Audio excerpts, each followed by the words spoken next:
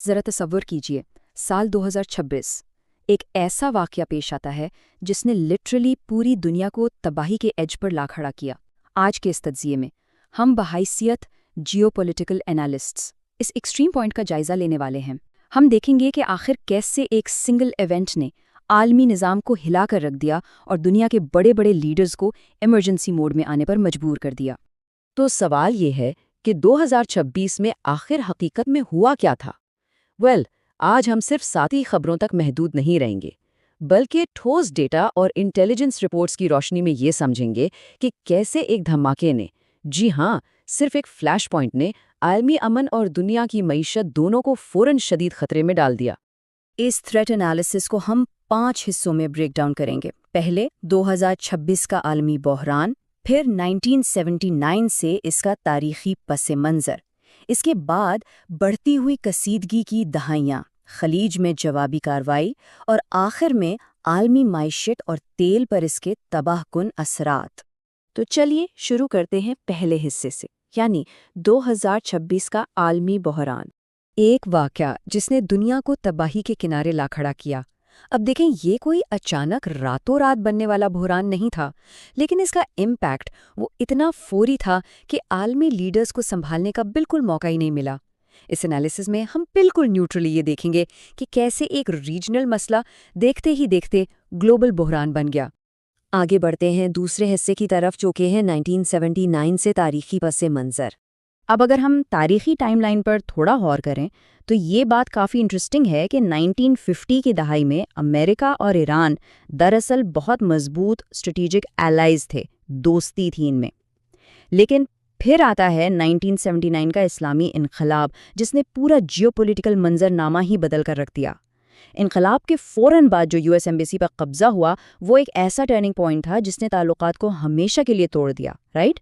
یہی اصل میں وہ گراؤنڈ زیرو ہے جہاں سے اس 2026 کے بحران کی بنیاد رکھی گئی تھی۔ اب آتے ہیں تیسرے حصے پر، بڑھتی ہوئی کشیدگی کی دہائیاں۔ یہ جو ایسکیلیشن ہے نا، یہ سالوں تک کوائٹلی بڑھتی رہی۔ ایک طرف امریکہ کی جانب سے لگاتار سخت پابندیاں اور معاشی دھمکیاں چل رہی تھیں، تو دوسری طرف ہم نے مختلف خطوں میں پراکسی وارز دیکھیں، اور اس ساری پیچیدگی میں جو سب سے بڑا مسئلہ تھا وہ تھا ایران کا نیوکلیئر پروگرام۔ مڈل ایسٹ کے تقریباً ہر بڑے تصادم میں ان دونوں حکومتوں کا ٹکراؤ واضح نظر آ رہا تھا۔ یہی وہ ملٹی لیئرڈ کانفلکٹ ہے جو اندر ہی اندر پک رہا تھا اور 2026 تک آتے آتے پوری طرح ایکسپلوسو ہو چکا تھا۔ چلیے اب دیکھتے ہیں چوتھا حصہ، خلیج میں جوابی کارروائی اور جنگ۔ تو 2026 میں فوجی تصادم بہت تیزی سے انفولڈ ہوا۔ سٹیپ 1 میں امریکہ اور اسرائیل نے ایران پر ملٹری سٹرائکس لانچ کیے۔ پھر اس بحران کا سب سے بڑا، سب سے شاکنگ ٹرننگ پوائنٹ آیا۔ ایسی رپورٹ سامنے آئیں کہ ان سٹرائکس میں ایران کے اعلیٰ رہنما علی خامنئی کی موت ہو گئی ہے۔ اس خبر کے آتے ہی تصادم میں بے پناہ شدت آئی اور خلیج میں فوری اور شدید جوابی کارروائی شروع ہو گئی۔ اس سکسیشن آف ایونٹس نے واقعی عالمی پالیسی میکرز کو بالکل بے بس کر دیا تھا۔ اور اس کا نتیجہ کیا نکلا، یہ ہم دیکھیں گے اس 5ویں حصے میں، عالمی معیشت اور تیل کا بحران۔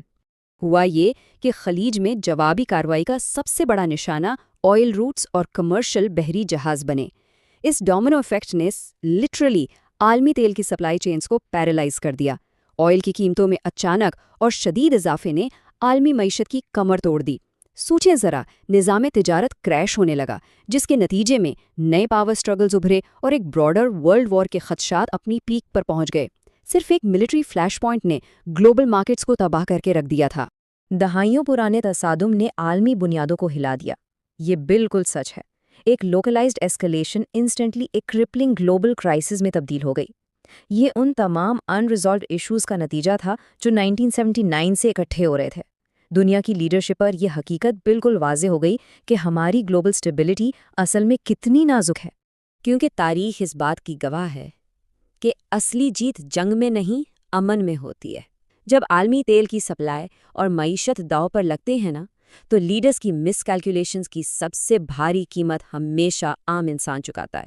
2026 کے اس ایکسٹریم کرائسس کی یہ بریفنگ ایک بہت اہم سوال چھوڑ جاتی ہے۔ کیا دنیا کا موجودہ نظام مستقبل میں ایسی اچانک تباہی کو روکنے کے واقعی قابل ہے، یا ہم بس ایک بار پھر کسی اور چنگاری کا انتظار کر رہے ہیں؟